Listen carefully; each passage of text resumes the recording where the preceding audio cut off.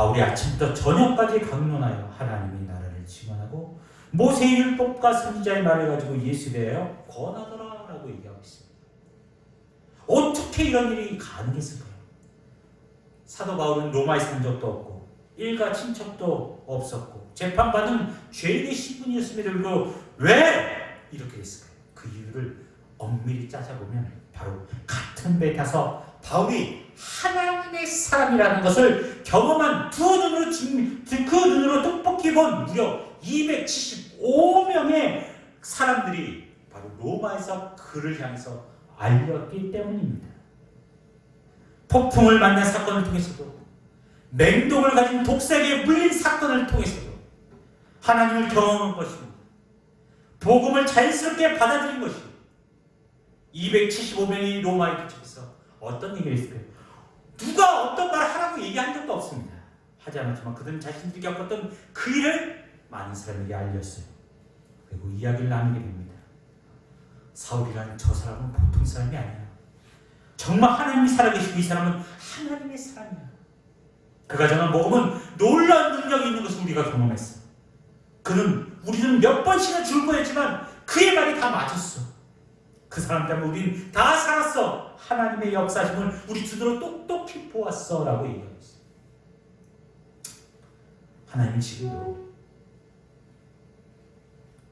우리에게 이해되지 않는 사건을 통해서 우리에게 다가오세요. 그리고 도무지 해석되지 않고 이해되지 않는 것 같은 사건으로 우리에게 그런 모습을 통해서 다가오시는 것입니다.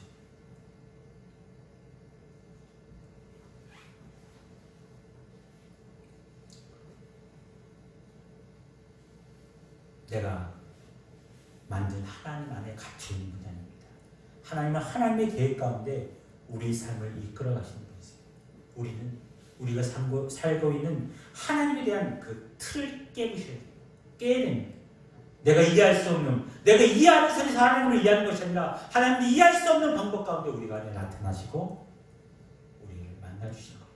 만약에 사도 바울에게 폭풍우를 만나지 않고 그들이 원하는 항구 베닉스 항구의 무사히 도착했다면 전혀 유익이 없었을 거예요. 평소대로 술이나 먹고 여자를 만나거나 흥청망청 대면서 하나님의 능력을 경험하지 못하고 타락한 삶을 살다가 인생을 마쳤을 것입니다. 근데 유라굴라가 은혜였고 배가 깨지는 것이 은혜였고 그리고 날씨가 춥고 비가 내리는 것이 은혜였고 불을 쬐다가 뱀에 물린 것이 뭐예요? 은혜였다는 사실을 알게 되는 겁니다. 그러므로 우리는 지금 이해되지 않는 일을 경험하며 보통 고통 가운데 있는 분들이 있다면 그 상황만 보고 절망하거나 원망하지 마시고 하나님이 왜 나에게 이런 일이 나에게 일어나게 하십니까?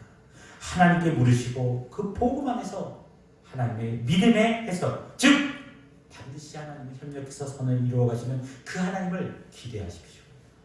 기대하고 기도하고 기다리시고 마침내 하나님의 은혜를 깨닫고 하나님을 더욱더 신뢰할 수 있는 믿음으로 자라가기를 주님의 이름으로 축원드립니다. 아멘. 두 번째는 복음을 경험하고 복음을 전하는 삶을 살아가기 위해서 우리에게 어려움을 겪게 하십니다. 복음을 경험하고 복음을 전하는 삶을 살아가기 위해서 우리는요, 우리 이 땅에 산 존재가 하나님의 영광을 위해서입니다. 하나님의 영광을 위해 살아가려면 하나님을 믿게 되고 알게 되고 전하게 됩니다. 우리 삶의 목표는 잘 먹고 잘 사는 것이 목표가 아닙니다. 굳이 잘 먹고 잘 살기 위해서 애굽에서 나올 거기가 더 풍요로워요. 하지만 하나님께서는 그를 가나안 땅에서 틀어서 40년 동안 만나와 메추라기를 통해서 훈련시키신 후에 어떻게 합니까? 죄악에 망가진 그 땅을 하나님 땅으로 회복하기를 원하셨어요.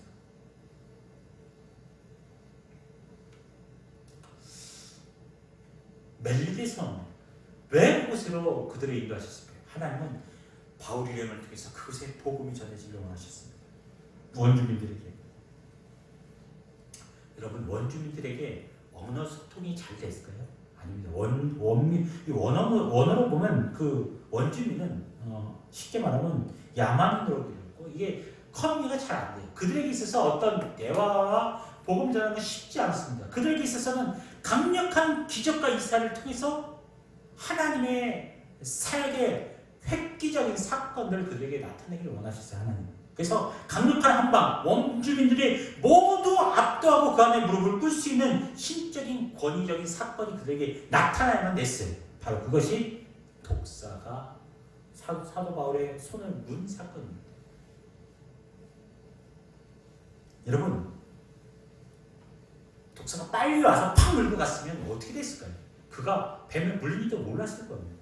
그런데 놀라운 것은 그 뱀이 원주민들이 28장 4절에 보면 원주민들이 이 짐승이 그 손에 매달려 있음을 보고 서로 말하되 진실로 사람은 살인한 자로다. 바다에서 구조를 받았으나 공의가 그를 살지 못하게 함이로다 하더니 그 짐승을 그 손에 매달려 있는 독사를 보고라고 얘기했어요.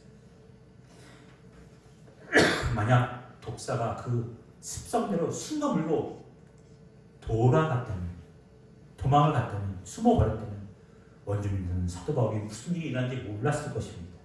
그러나 바울이 뱀에 물렸다고 지금 물리는 것을 그들이 눈으로 봤어요. 그 뱀이 어떤 뱀인지 그들은 딱 알았습니다. 아, 독사다.